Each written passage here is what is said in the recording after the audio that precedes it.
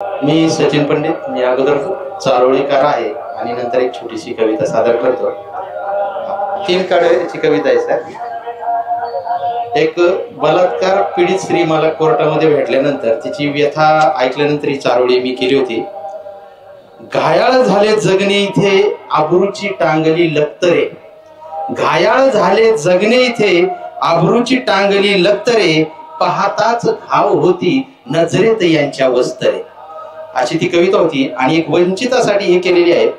छाटती अशी रोज पंख इथे आयुष्य झाले घायाळ, छाटती अशी रोज पंख इथे आयुष्य झाले घायाळ, घेऊ कशी मी उंच भरारी दूर उभे आभाळ।